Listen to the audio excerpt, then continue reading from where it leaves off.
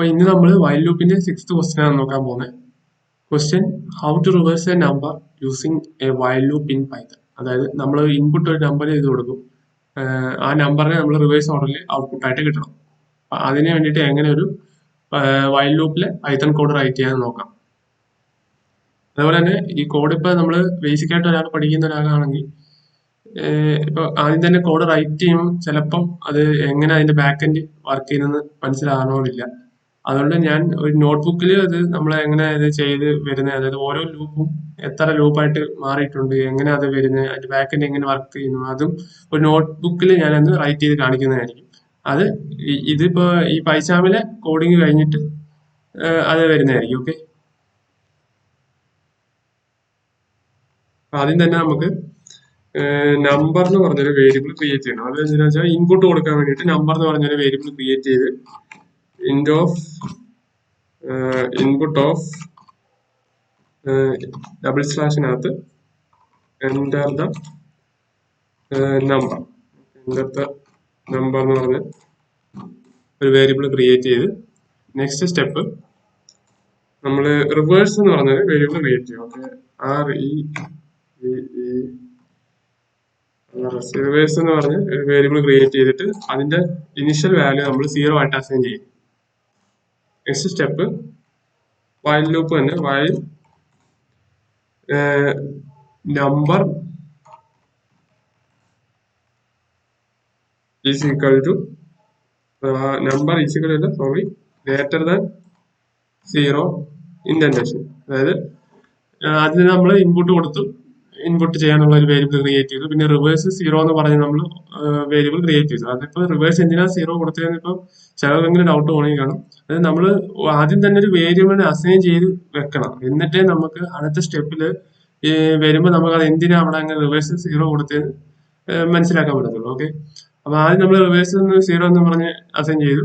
പിന്നെ next step while ലൂപ്പിനകത്ത് ഇവിടെ ഈ ക്വസ്റ്റ്യൻ എന്ന് പറയുമ്പോൾ നേരത്തെ കൂട്ട് ഇപ്പൊ 1 to 100 വരെ പ്രിന്റ് ചെയ്യുക അങ്ങനെയുള്ള ക്വസ്റ്റ്യനകത്ത് നമ്മൾ ഒരു ഫസ്റ്റ് സ്റ്റാർട്ടിംഗ് പോയിന്റും എൻഡിങ് പോയിന്റും വെക്കാനകത്ത് വൈൽ ലൂപ്പിനകത്ത് എൻഡിങ് പോയിന്റ് നമ്മൾ വെക്കുന്നത്, അതായത് ഗ്രേറ്റർ ദാൻ 100, ലെസ് ദാൻ 100 അങ്ങനെയൊക്കെ. പക്ഷെ ഇവിടെ നമ്മൾ അങ്ങനൊന്നും വെക്കാൻ പറ്റത്തില്ല. അപ്പൊ നമ്മൾ നമ്പർ ഗ്രേറ്റർ ദാൻ 0 അങ്ങനെ ഒരു സ്റ്റേറ്റ്മെന്റ് മാത്രമേ വെക്കുന്നത്. അതായത് 0 കാര്യം ഗ്രേറ്റർ വലിയൊരു നമ്പർ ആയിരിക്കണം നമ്മൾ കൊടുക്കുന്ന ഇൻപുട്ട് എന്ന് പറയുന്നത്. അപ്പൊ അങ്ങനെ ഒരു സ്റ്റേറ്റ്മെന്റ് മാത്രമേ ഇവിടെ വെക്കുന്നുള്ളൂ. ഓക്കെ, അങ്ങനെ ആണെങ്കിൽ താഴോട്ട് എന്ത് എക്സിക്യൂട്ട് ചെയ്യണമെന്ന് കൊടുക്കാം. പിന്നെ അടുത്ത സ്റ്റെപ്പ് എന്ന് പറയുമ്പോൾ റിമൈൻഡർ എന്ന് പറഞ്ഞ് നമ്മളൊരു വേരിയബിൾ വീണ്ടും ക്രിയേറ്റ് ചെയ്യുന്നു.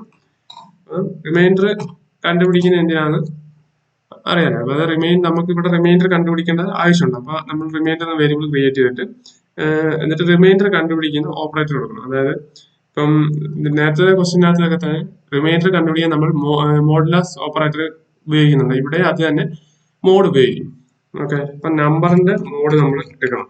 Number mod 10. Okay, number mod 10 വെച്ചിട്ടാണ് നമ്മളിവിടെ മോഡ് കണ്ടുപിടിക്കുന്നത്. അപ്പൊ നമ്പറിന്റെ മോഡ് 10 എടുത്തിട്ട് പിന്നെ റിവേഴ്സ് എന്ന് പറഞ്ഞ് വേരിയബിൾ വീണ്ടും എടുത്തു. എന്നിട്ട് റിവേഴ്സ് ഈസ് ഈക്വൽ ടു ബ്രാക്കറ്റിനകത്ത് റിവേഴ്സ് ഇൻറ്റു വരുമ്പോൾ നമ്മൾ സ്റ്റാർ കൊടുക്കും. അതായത് സ്റ്റാർ ഇൻറ്റു 2 പ്ലസ്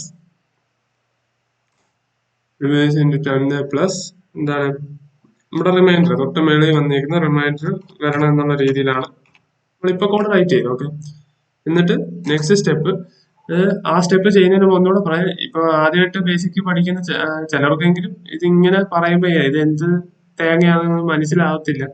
അപ്പൊ അതുകൊണ്ട് ഞാൻ പേപ്പറിൽ എഴുതി കാണിക്കുന്നുണ്ട്. അപ്പൊ അതുവരെ ഒന്ന് വെയിറ്റ് ചെയ്യണം. ഓക്കെ, ഇപ്പൊ റിവേഴ്സ് റിമൈൻഡർ ആയി. ഓക്കെ, അപ്പൊ അത്രയും കോഡ് പ്രിന്റ് ചെയ്ത് കഴിയുമ്പോൾ ഇനി നെക്സ്റ്റ് സ്റ്റെപ്പ് എന്ന് പറയുമ്പോൾ എന്താണ് നമ്മള് number. Okay, number is equal to number double slash 10 എന്ന് പറയുന്നത്. അവിടെ നമ്മൾ ഈ ഡബിൾ സ്ലാഷ് ഓപ്പറേറ്റർ എന്ന് പറയുമ്പോൾ നമ്മൾ ഈ കൊടുക്കുന്ന നമ്പറിനെ 10 വെച്ച് ഡിവൈഡ് ചെയ്തിട്ട് അതിന്റെ ഇന്റിജർ പാർട്ട് മാത്രം എടുക്കാൻ വേണ്ടിട്ട് നമ്മൾ കൊടുക്കുന്ന ഓപ്പറേറ്റർ ആണ് ഇത്. അതായത് ഫ്രാക്ഷണൽ പാർട്ടിനെ അത് ഡിസ്കാർഡ് ചെയ്യും. എന്നിട്ട് ഇന്റിജർ പാർട്ടിനെ മാത്രമേ അത് എടുക്കത്തുള്ളൂ, ഈ നമ്പർ എന്ന് പറഞ്ഞ വേരിയബിളിനകത്തുള്ളൂ.